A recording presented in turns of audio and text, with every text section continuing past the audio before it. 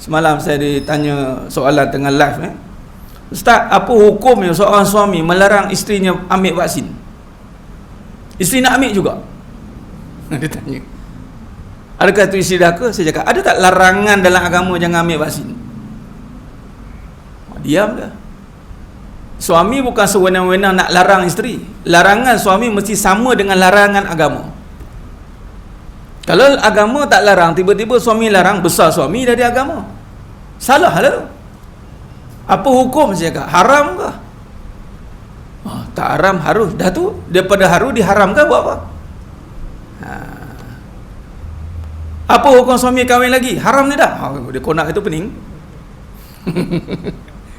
Haram ke tidak? Tidak. Dah, isteri larang kenapa? Besar isteri dari agama. Tak, Ustaz, suami tak mampu. Itu cerita lain. Itu cerita akan ada pihaknya akan klasifikasikan, clarify itu. Itu mahkamah. Sebab tu kena ikut mahkamah. Bukan kata dia nak menyusahkan kita, tidak. Tapi dia ada kaedah nak ukur. Kita tak tahu. Kadang nampak macam steady, ditanya soalan, tak boleh jawab. Balik, cuba lagi. Cuba lagi katanya. Dia bukan kata isi bagi tak bagi, tak ada. Sebab tak boleh jadi hukum, sebab tak ada larangan. Malah perkahwinan hukumnya mubah, harus, boleh jadi wajib. Perkahwinan pertama mungkin wajib. Perkahwinan kedua, ketiga mungkin harus, boleh jadi haram. Boleh jadi haram. Boleh jadi sunat. Itu pada mubah tu, kau faham hukum selesai. Dan semua ni berbalik apabila kita nak pergi pada puncak utama mengenal Allah Ta'ala. Orang yang mengenal Allah SWT itu sudah pasti menyerap sifat-sifat terpuji dengan melalui jalan tariq nubuwah, jalan kenabian.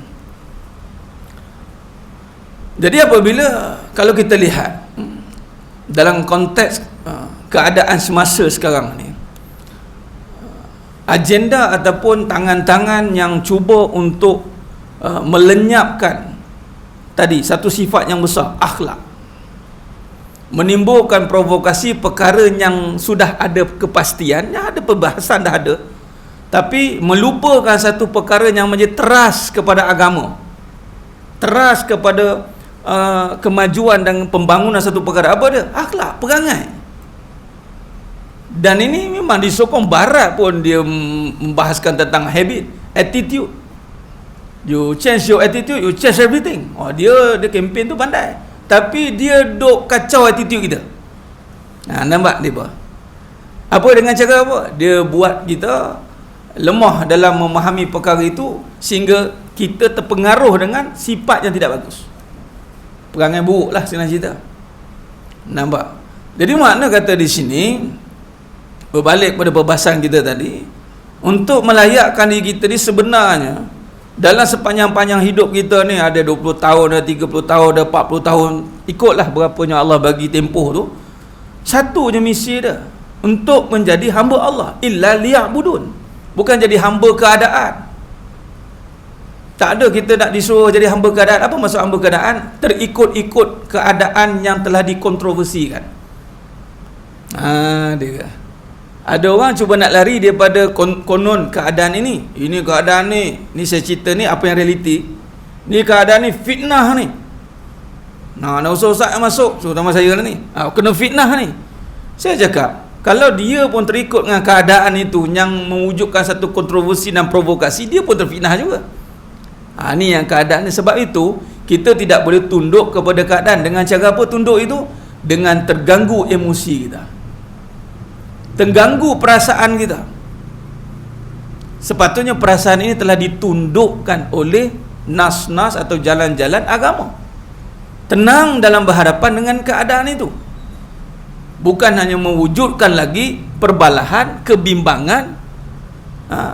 Dia tidak mampu membimbing, tetapi dia membimbangkan. Itu keadaan yang sekarang banyak berlaku.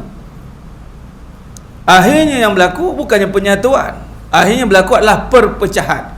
Dan yang paling parah, perpecahan yang paling besar, perpecahan dalaman. Apa dia? Suami isteri yang jumpa hari-hari tu. Banyak saya dapat laporan dengan keadaan yang Allah uji, contoh duit, perpecahan. Dalam dulu ada, sekarang tak ada. Dia tak boleh nak handle keadaan itu dengan menjadi hamba Allah. Menjadi hamba Allah ini adalah dengan tunduk kepada aturan Allah lalu berusaha dengan kuasa Allah agar kita tidak terkesan dengan keadaan itu. Contoh, katalah sekarang ni vaksinasi, saya ambil itulah. Kita kena tunduk dengan Allah, bukan tunduk dengan isu itu. Tunduk, ya Allah, dengan kekuasaanmu jangan adakan mudarat pada vaksin ini pada diri aku. Habis. Akidahlah menyelamatkan kita balik. Ataupun ada orang tak nak ambil, benda ni memudaratkan saya. Itu dah salah juga. Sebab dia tunduk dengan keadaan itu. Ada seorang ni, dia basis, ya, orang nampak macam intelek lah. Tapi dalam intelek itu, kalau kita bagi hujah akidah, patah. Saya ni Ustaz, memang jenis tak masuk ubat-ubat ni Ustaz.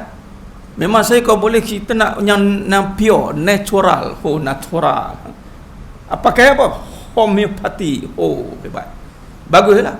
Lepas tu, tuan sekarang ni nak berpegang pada apa ni? Yalah, kita tak boleh tunduk dengan benda-benda macam ni sebab dia mengganggu kita punya sistem dan kita seakan-akan menyerahkan diri pada mudarat. Saya cakap, bila tuan dah berpihak pada satu perkara, tuan lebih mudarat ni. Apa dia? Mudarat akidah. Dia menolak satu benda tapi dia ada pegangan dia.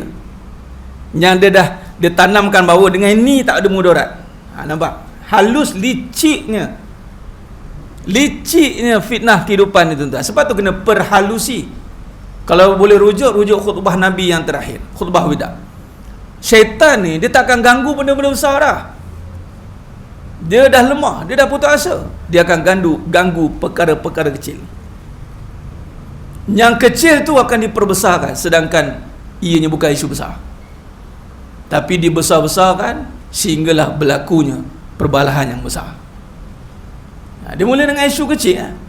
Nak mempertahankan satu pendapat, konon-kononnya menyelamatkan pendapat itu dengan keadaan itu, walhal hakikatnya dia telah terfitnah dengan pendapat dia sendiri.